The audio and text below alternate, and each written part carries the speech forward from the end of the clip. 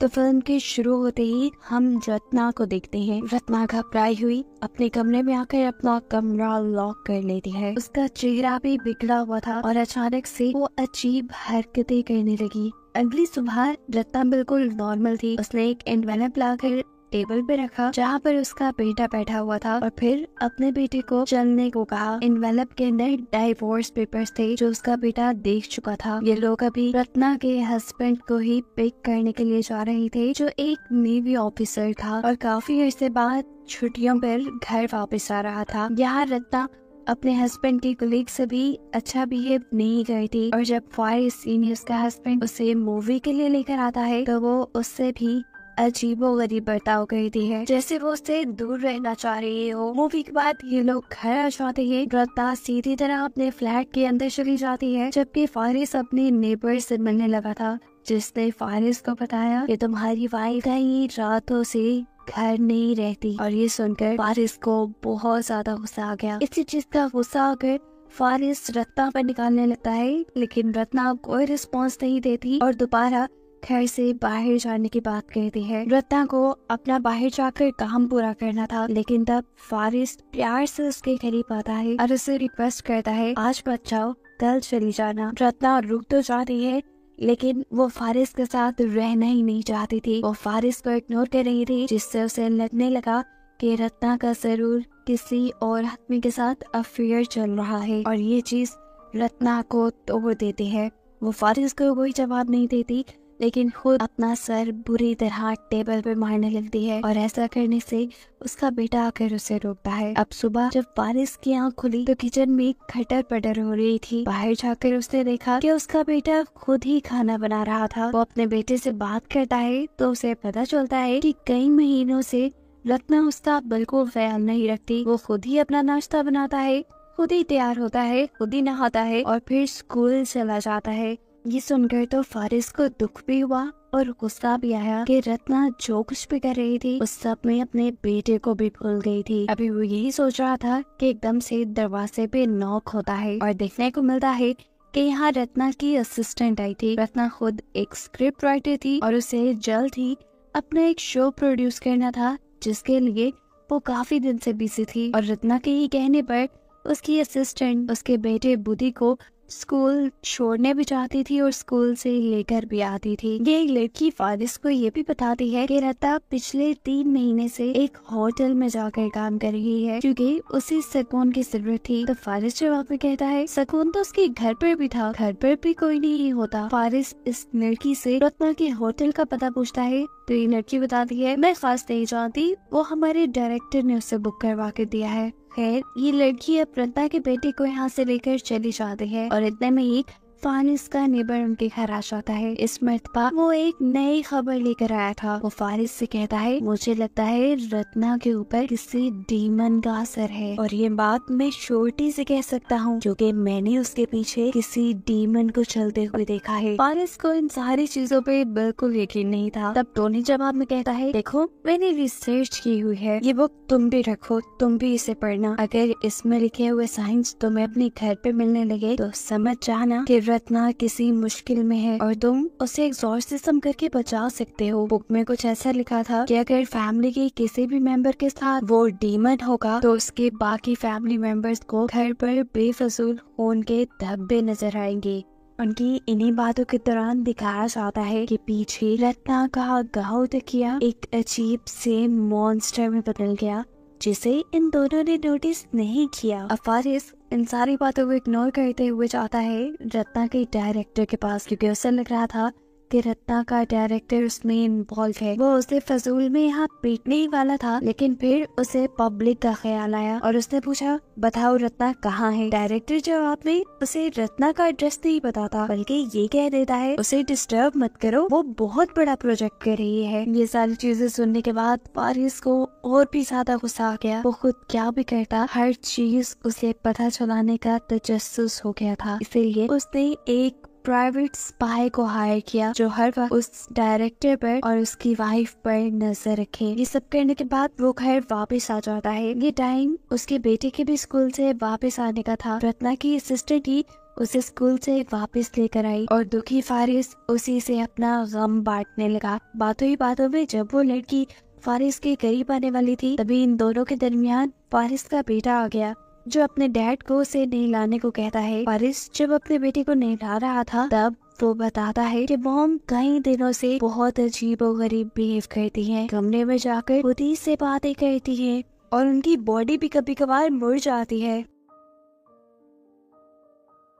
इनकी इन्हीं बातों के दौरान फारिस के बेटे को छत पर खून के धब्बे नजर आने लगे, जिससे डरकर वो पानी के अंदर चला गया। यहाँ हम देखते हैं कि इतने में रत्ना भी घर आ गई। फारिस गुस्से में रत्ना के पास गया और उससे पूछा, बताओ तुम कितने लोगों में इन्वॉल्व हो। ये बात इतनी ज्यादा गलत थी कि रत्ना को शदीद गुस्सा आ गया और रत्ना के गुस्सा होने पर हमें दिखाया गया कि उसके घर की लाइट्स एकदम से फ्लिकर होने लगी थी, यहाँ तक कि उनके घर का फ्यूज भी उड़ गया और रत्ना का मुंह भी इस वक्त अजीब हो गया था। एक मर्तबा के लिए तो फारिस को लगा कि रत्ना गायब हो गई, लेकिन लाइट आने पर उसने रत्ना को नीचे बैठे हुए देखा।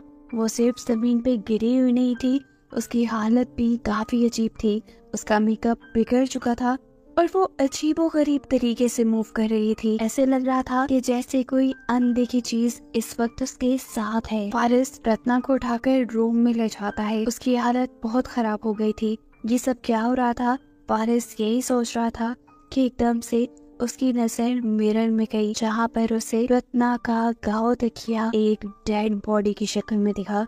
आधी रात गुजर जाती है और आधी रात में रत्ना को दोबारा से वही अटैक आता है, जिसमें वो अजीबोगरीब बिहेव कर रही थी और उसने अपना गाँव तकिया ऊपर रखा हुआ था। ये देखकर फारिस उसके ऊपर से गाँव तकिया उठाकर साइड पे फेंक देता है, जिसके बाद रत्ना की हालत ठीक हो जाती है। इतने में ही हम देखते हैं कि फारिस को किसी का फोन आया। ये उसी स्पाई की कॉल थी, जिसने फारिस को बताया कि वो डायरेक्टर तुम्हारी वाइफ में इन्वॉल्व नहीं है, क्योंकि वो सारी इन्वेस्टिगेशन कर चुका था। कॉल के बाद जैसे ही फारिस रूम में आया तो रत्ना दोबारा ही उसे पोसेस हालत में मिली। उसके बाल उसके मुंह पे आए हुए थे और वो अजीबोगरीब काम कर रही थी। लाइट्स एक और बार फ्लिकर हुई और फिर जब वो लाइट्स बंद होकर ऑन हुई तो रत्ना घर से गायब हो चुकी थी। फारिस को इस मर्तबा भी कुछ चीजें अजीब नहीं लगी। उसका शक अभी भी डायरेक्टर पे जा रहा था, इसलिए उसने दोबारा स्पाई को कॉल की और डायरेक्टर के होटल का एड्रेस पूछते हुए उसके होटल में चला गया।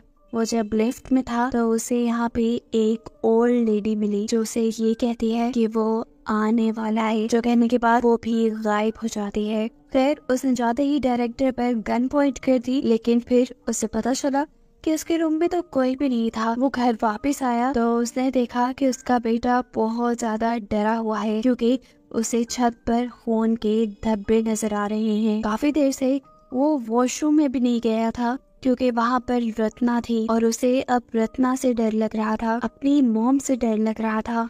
जाने से पहले तो फारिस खुद वॉशरूम चेक करके गया था, रत्ना वहाँ नहीं थी, लेकिन अब रत्ना वहाँ कैसे आ गई थी उसे समझ नहीं आता। वॉशरूम में जब वो जाकर देखता है तो रत्ना की हालत काफी बुरी थी। उसने अपने ऊपर अपना गाँव तकिया रखा हुआ था और उसके पाँव में से भी खून निकल रहा था। बाकी जो कोई भी उसे देखता डर जाता। फारिस अपने बेटे को इस कमरे से चले जाने को कहता है और फिर रत्ना को उठाकर बेड पर लिटाता है।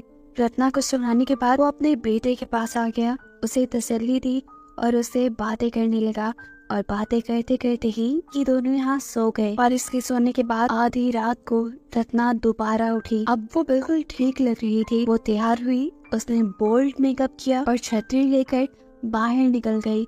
बाहर बहुत तेज बारिश हो रही थी, लेकिन इसकी उसे परवाह ही नहीं थी। वो इस बारिश में झूमती एंजॉय करती आगे बढ़ती है और तभी उसे टैक्सी मिल जाती है। वो टैक्सी को उसे होटल जाने को कहती है, जहाँ पर पिछले कई दिनों से वो काम करने के लिए जाया करती थी। मौसम की खराब हालत और अकेली लड़की को देखकर टैक्सी ड्राइवर भी सिचुएशन का फायदा उठाने की कोशिश करता है, लेकिन रत्ना इग्नोर करके उसकी गाड़ी से निकल जाती है। और तब हम गाड़ी के अंदर एक शैडो को देखते हैं, एक भूत को देखते हैं। रत्ना के गाड़ी से निकलते ही वो एंटिटी जो हमें उस कार में बैठी दिखाई दी थी, वो बेदर्दी से ड्राइवर को मार देती है। ये सब रत्ना ने भी देखा, लेकिन उसे कोई फर्क नहीं पड़ा और वो बड़े मजे से अपने रूम के अंदर चली गई। यहाँ हमें देखने को मिला कि स्पाई भी उसका पीछा कर रहा है। जाहिर सी बात है, फारिस के कहने पर ये स्पाई जैसे ही रत्ना के रूम के पास गया तो उसे रत्ना के रूम के अंदर से अजीबोगरीब आवाजें आने लगी। उसे लगा कि रत्ना के रूम के अंदर पहले से ही कोई होगा। बिना कुछ पूछे ही इजाजत लिए वो रत्ना का रूम खोलकर अंदर चला गया, जहाँ पर कोई भी नहीं था। रत्ना भी ऐसे खड़ी हुई थी जैसे उसे कोई फर्क ही ना पड़ा हो, जैसे वो पूरी तरह होश में ही ना हो। उसे स्पाई के अंदर आने से भी कोई फर्क नहीं पड़ा, क्योंकि वो जानती थी कि ये काम फारिस ही करवा रहा है। स्पाई कुछ उससे सवाल पूछता है और फिर उसका पूरा कमरा, उसकी अलमारी, बेड के नीचे, यहाँ तक कि उसका वॉशरूम भी चेक करता है। लेकिन इस टाइम रत्ना के कमरे में कोई भी नहीं था। इन सारी चीजों की वो वीडियो भी बनाता गया, क्योंकि ये उसे फारिस को भेजनी थी। जब तक स्पाई सब कर रहा था, रत्ना अपने काम में मगन थी। यहाँ हम देखते ही कि रत्ना की वीडियो बनाते हुए वो आदमी भी आहिस्ता आहिस्ता रत्ना के करीब आने लगा, लेकिन रत्ना ने कोई रिस्पॉन्स नहीं दिया, यहाँ तक कि उसके हाथ भी नहीं हटाई। एकदम से अब इस आदमी को बाथरूम से अजीब आवाज आई। उसे लगा कि बाथरूम में कोई है। चेक करने के लिए जैसे ही उसने बाथरूम का दरवाजा खोला तो वहाँ बहुत सारा खून गिरा और सामने एक एंटिटी, एक डीमन भी उसे दिखाई दिया, जिससे डरकर वो फौरन ही बाथरूम से बाहर निकल आया। लेकिन पीछे रत्ना तो जैसे हथियार लिए तैयार खड़ी थी। वो इस आदमी को बार बार स्टैब करके यहीं पर मार देती है और मारने के बाद वो इस आदमी की बॉडी को उठाकर होटल की अलमारी में रख देती है। और ये सब करने के बावजूद भी रत्ना के फेस पर कोई एक्सप्रेशन नहीं आया। उसे डर भी नहीं लग रहा था। सीन यहीं से कट होकर हमें फारिस को दिखाया जाता है, जिसकी आंख खुली है, क्योंकि उसके ऊपर छत से खून के कतरे गिर रहे थे। ये देखकर तो वो खुद बहुत ज्यादा डर गया।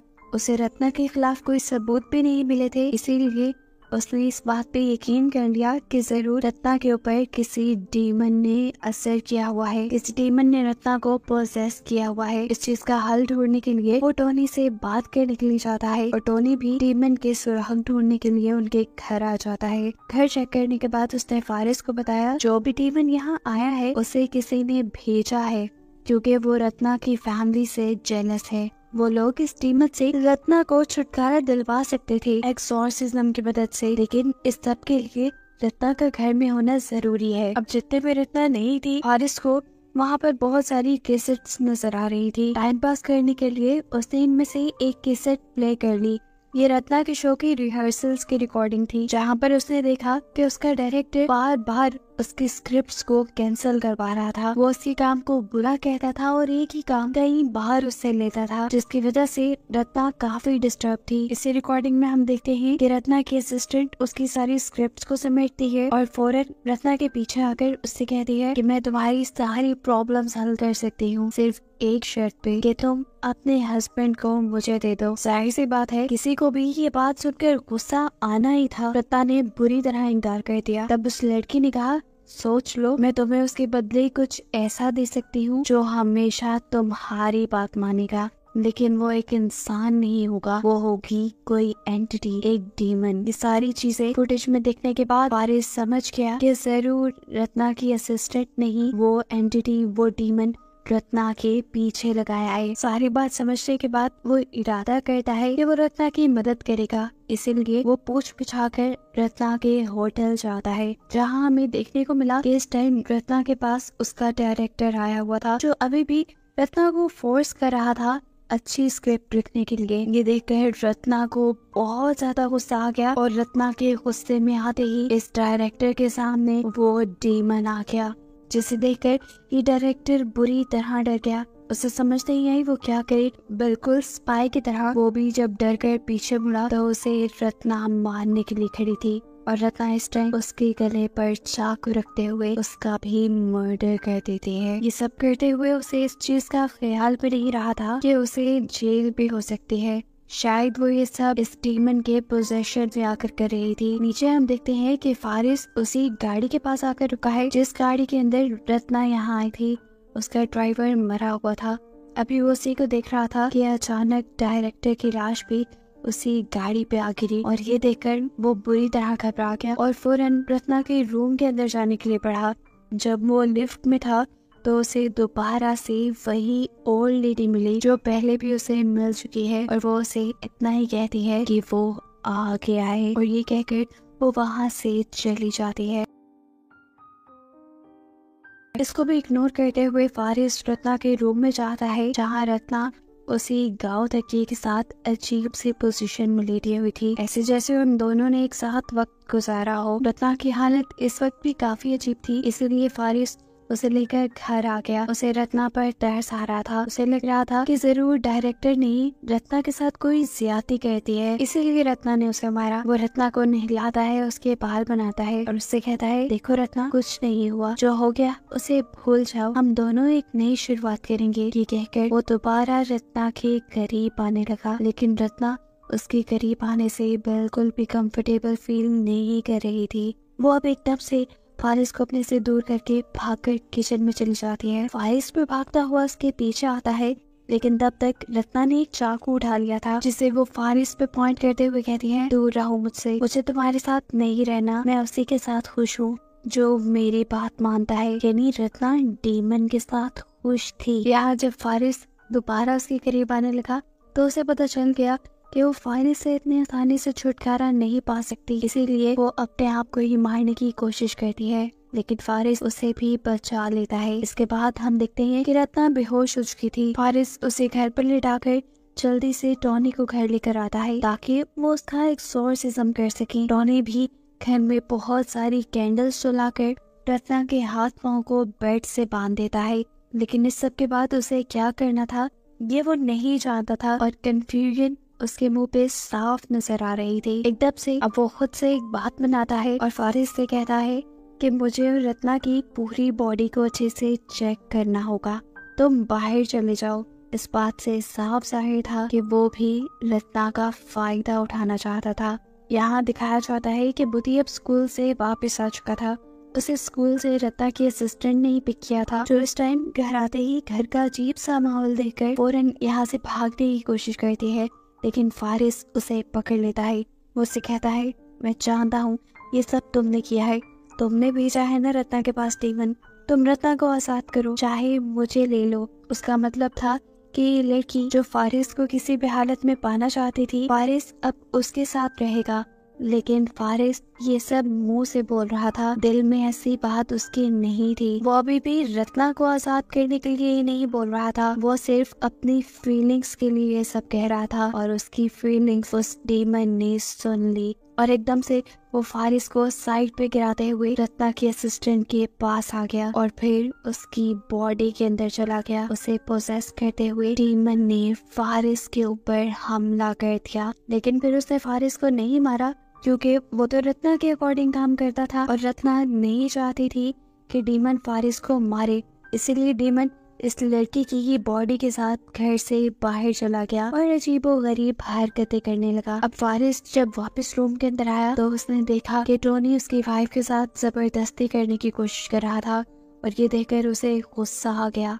इससे पहले कि वो टोनी के साथ कुछ करता, इस रूम का सारा फर्नीचर हवा में लटक जाता है और यहाँ की लाइट्स भी चली जाती हैं। टोनी इसी मौके का फायदा उठाते हुए फारिस को मारने की कोशिश करता है, क्योंकि वो जानता था कि अगर उसने फारिस को न मारा तो फारिस उसे मार देगा। अब ठीक उसी टाइम पर जब वो फारिस को मारने वाला था, डीमन ने उसी को पोसेस कर लिया। ऐसी हालत में टोनी खुद अपना सर दीवार से मार मार कर मर गया, और यहाँ रेलवे स्टेशन पे रत्ना की असिस्टेंट भी अपना सर नीचे मार मार कर मर गई। सीन कट होकर दोबारा हमें फारिस का घर दिखाया जाता है, जहाँ दीवारों पे, छत पे, फ्लोर पे हर जगह खून फैलने लगा था, और ये देखकर फारिस भी डर गया। हाथ में गन लिए उसने तेजी से अपने बेटे का दरवाजा खटखटाया ताकि वो अपने बेटे को लेकर यहाँ से भाग जाए, लेकिन दरवाजा ना खुलने पर मजबूरन उसे रत्ना के रूम में जाना पड़ा, जहाँ जाकर उसने देखा कि रत्ना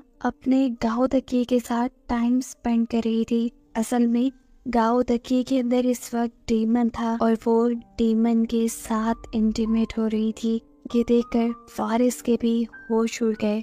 उसे समझ नहीं आई कि उसने देखा क्या है। उसके दिमाग पे इतना स्ट्रेस आया कि वो बेहोश हो गया, और उसे जब होश आया तो उसने देखा कि वो थिएटर की एक कुर्सी से बंधा था और उसके इर्द गिर्द सभी उन लोगों की लाशें बंधी हुई थी जो इस मूवी में मारे गए थे। यहाँ रत्ना इन सबको अपनी लिखी हुई स्क्रिप्ट सुनाती है और फिर हंसते हुए फारिस को भी शूट करके मार डालती है। देखने को मिलता है कि ये सब उसके बेटे बुद्धि ने पर्दे के पीछे से देखा, लेकिन कोई अजीब रिएक्ट उसने नहीं किया। शायद उसे भी डेमन ने पोसेस कर लिया था। अब रत्ना का साथी वो डेमन ही था जो उसे हर मुश्किल से निकाल लेता था। इसीलिए तो रत्ना ने इतने बड़े बड़े कदम उठा लिए थे। जितने भी लोगों को रत्ना ने मारा था ये सब वो लोग थे जो रत्ना को तंग किया करते थे। और अब इन सब के मरने के बाद रत्ना आजाद थी और उसी को दिखाते हुए ये कहानी यहाँ खत्म हो जाती है।